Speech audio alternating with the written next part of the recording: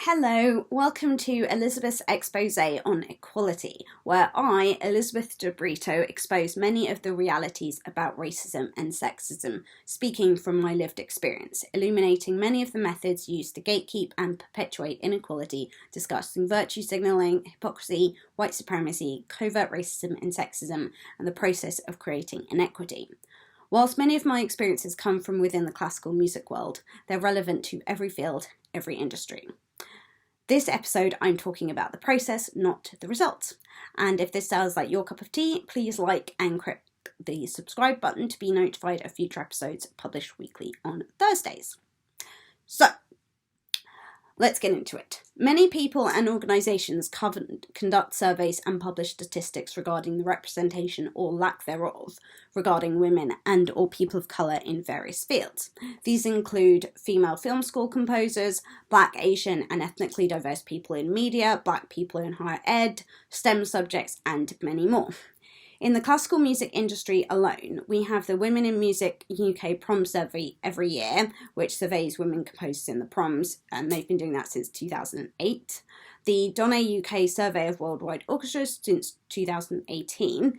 In America, the Women's Philharmonic Advocacy surveys women composers in American orchestras, and the Institute of Composer Diversity survey of marginalized composers in American orchestras. And they all highlight and report on the shocking disparities. Now, these type of metrics highlight valuable information, but I've not seen anything about how we reach the shocking levels of disparities observed in all these surveys. Because here's the crucial point. Inequality is just the end result.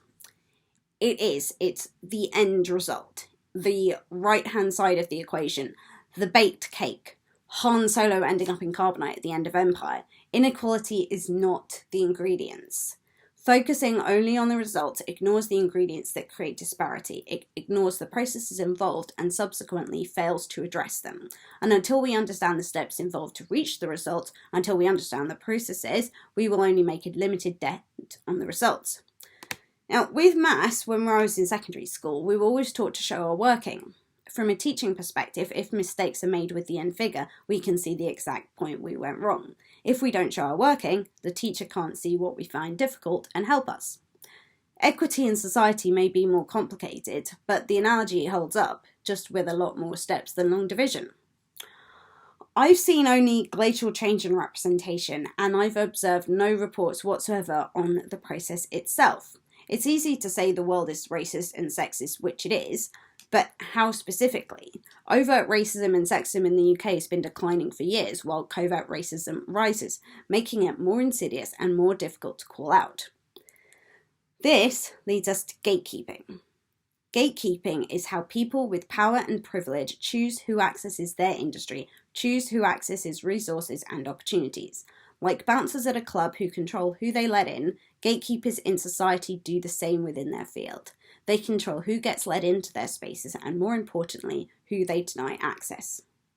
Gatekeeping happens all the time in every industry. People gatekeep consciously and unconsciously. They also gatekeep according to the bias they may hold. So gender bias, racial bias, class bias, sexuality bias, and of course various combinations of the above and others. Gatekeeping can be an example of covert discrimination. I've experienced much gatekeeping over my lifetime as a mixed-race woman, but the past 4 years I found it particularly noticeable as I've been attempting and failing to break into the classical music industry. Gatekeeping forms part of the process that creates inequality, found during many interactions with people. And in order to understand this process, we need to illuminate what gatekeeping looks like in practice and how damaging it can be. In the next episode, I'll be looking at the first of several examples of gatekeeping that I've experienced and breaking down how a biased interaction creates imbalances that create inequality. And because I'm a writer first and foremost, I'm publishing this on my blog too. Check the website elizabethdebrito.com. That's Elizabeth, spelled like Queen Elizabeth, Debrito, DEBRITO.com for the transcripts to read at your leisure if you prefer. Details also below. If you're enjoying this series, please like, subscribe and comment.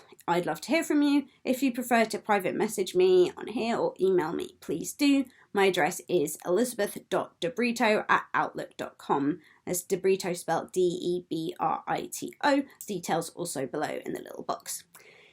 Any abuse directed towards me or anyone else will not be tolerated. Anything of that nature will be deleted. That all being said, I hope you continue to enjoy this journey with me. See you next Thursday, 19th of January. Wishful thinking. The year's only just begun. Anyway, so I'll see you Thursday, the 19th of January for episode 3, Gatekeeping Action. See you next week.